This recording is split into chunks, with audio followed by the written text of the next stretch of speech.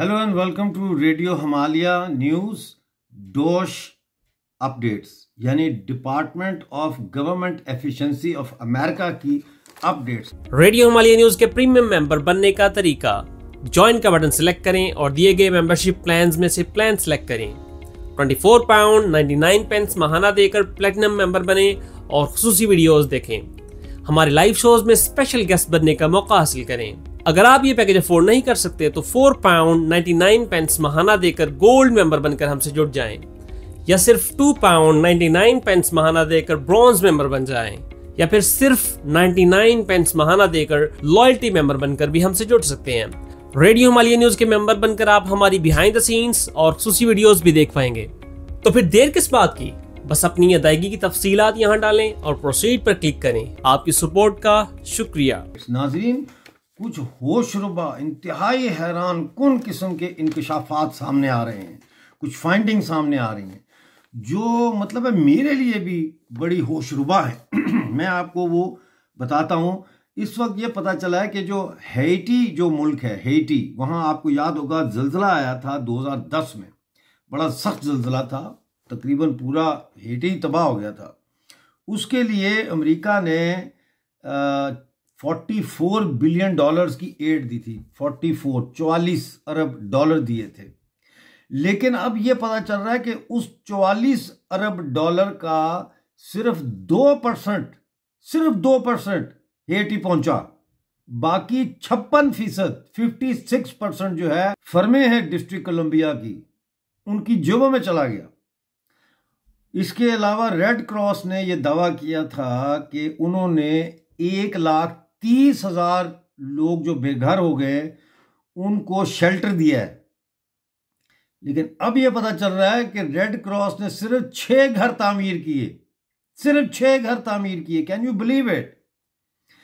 कोई शफाफियत नहीं है, कोई जवाबदेही नहीं है। और यही इलॉन मस्क जो है और डोनाल्ड ट्रंप कह रहे हैं कि अमेरिका का जो फाइनेंस का सिस्टम है, चाहे उसमें वो एड देने का हो, ग्रांट देने का हो, या उनका कौमी खजाना हो, या उनके गोल्ड के रिजर्व्स हों, कोई शफाफियत नहीं है और कोई जवाबदेही नहीं है।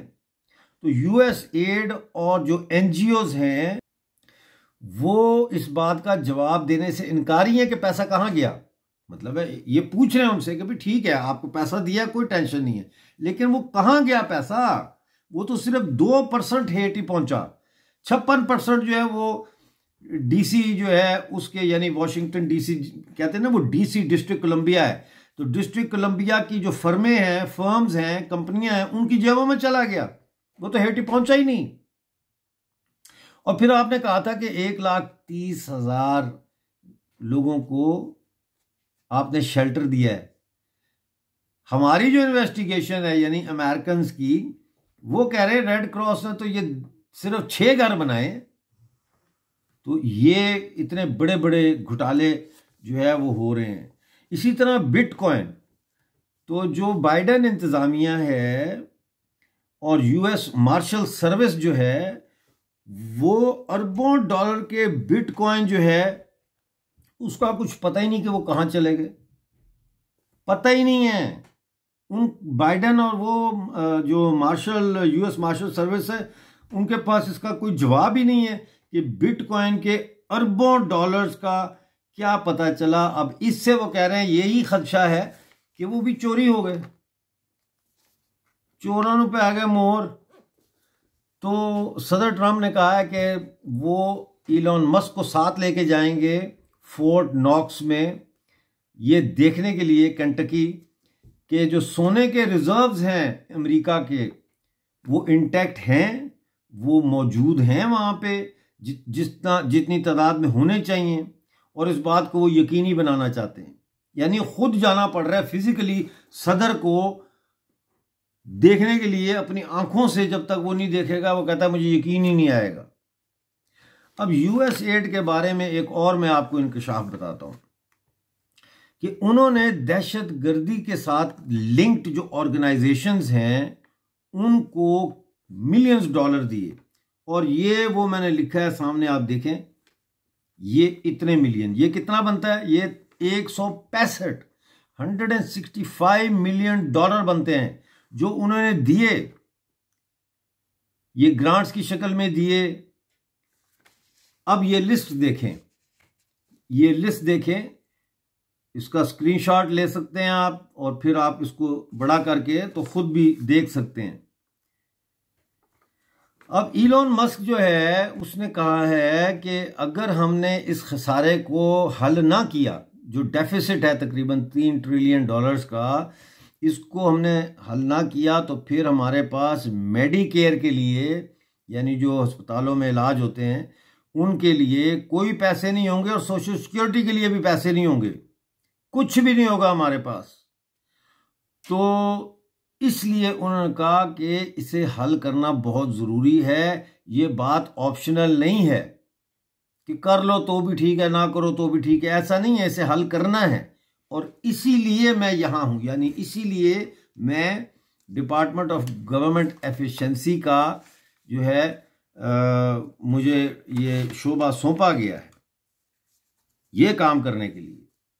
नाज़रीन, इस वक्त अमेरिका में दाएं बाएं हर तरफ से जो है वो नौकरियों को ख़त्म किया जा रहा है और एक लेटर भी जारी किया है इलन मस्क की कंपनी ने सरकारी मुलाजमीन को। उन्होंने पूछा कि आपने पिछले हफ्ते क्या किया है, अपनी कारकर्दगी लिख के भेजे हमें, और अगर आप जवाब नहीं देते तो फिर इसको आपका इस्तीफ़ा समझा जाएगा। यानी जिनके जवाब आ गए वो देखेंगे क्या, जिनके नहीं आए उनको कहेंगे आप फारिग हैं, उस आपको लिख के भी देने की ज़रूरत नहीं है, आपने चूंकि जवाब नहीं दिया इसलिए आप फारिग हैं। तो ये बचत सारे तरफ से करने की कोशिश कर रहे हैं। उधर से अब फ्रैकिंग शुरू होने वाली है बड़े पैमाने पे, और तेल और गैस जो है उसको वो निकालना चाहते हैं। अलास्का से पाइपलाइन निकाल रहे हैं और वहाँ से एशिया को कहते हैं कि पेट्रोल तेल सप्लाई करेंगे, उससे भी पैसा कमाएंगे। टैरिफ बढ़ा रहे हैं, उससे भी पैसा वो कह रहे हैं लाएंगे। और कह रहा है ट्रंप सबको, आओ खरीदो, we are open for business, हमारी दुकान खुली है, आओ शॉपिंग करो। मोदी जी भी शॉपिंग करके आए हैं। जापान वाला जो है वो भी कह के गया है कि मैं जो इन्वेस्टमेंट है अमेरिका में उसको $1 खरब तक पहुंचाऊंगा। इसी तरह से और मुल्क भी हैं। तो इस वक्त अमेरिका की कोशिश है।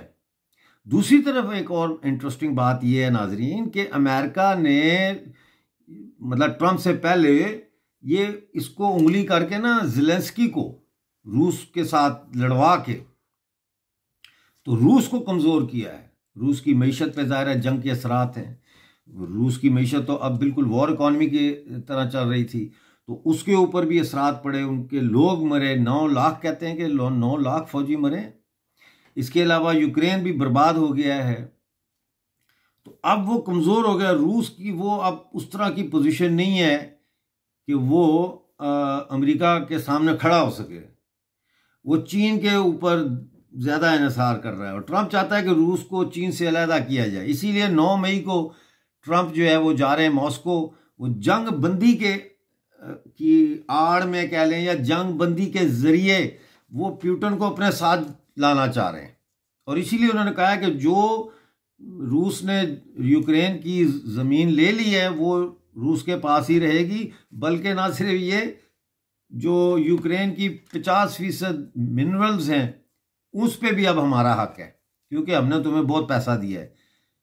ठीक है ना। तो अब देखते हैं क्या होता है और कैसे होता है। लेकिन बड़ी जारहाना तरीके से जो है वो दाखिला पॉलिसी यानी इंटरनल पॉलिसीज़ और उसका जो रिफ्लेक्शन हम देख रहे हैं खारजा पॉलिसी में वो सामने आ रहा है। सबसे जो चुनौती की बात है हिंदुस्तान के लिए वो है चाबहार की पोर्ट ईरान में, क्योंकि 10 साल का कॉन्ट्रैक्ट है 2024 से 2034 तक कि हमने वो तामीर करनी है और सारा इन्वेस्ट करना है। और उसको वो हमारा रास्ता जो है सीधा जाता है ईरान से, अफगानिस्तान, सेंट्रल एशिया से रूस और यूरोप। ग्वादर की पोर्ट से सिर्फ 70-75 किलोमीटर का फासला है चाबहार पोर्ट का। तो इसलिए ये बहुत इंपॉर्टेंट है स्ट्रेटेजिकली भी और इकोनॉमिकली भी। अब इसको बचाना जो है अमेरिका से, क्योंकि अमेरिका कह रहा है कि कोई जो भी सैंक्शंस अब लगी हुई हैं जो, या जो जिनमें थोड़ी सी रियायत दी गई थी वो ख़त्म करो। चाबहार के ऊपर भी कोई इन्वेस्टमेंट नहीं होगी, वहाँ से भी उस पर भी पाबंदी लगाएंगे, वहाँ से कोई ट्रेड नहीं होगी, कुछ नहीं होगा। तो ये सोचना पड़ेगा कि अब कैसे इसको जगल किया जाए और कैसे भारत के मफादात का तहफ़्फ़ुज़ किया जाए। देखते रहें रेडियो मालिया न्यूज़। मिलते हैं अगले प्रोग्राम में, उस वक्त तक के लिए अपना बहुत सारा ख्याल रखिए।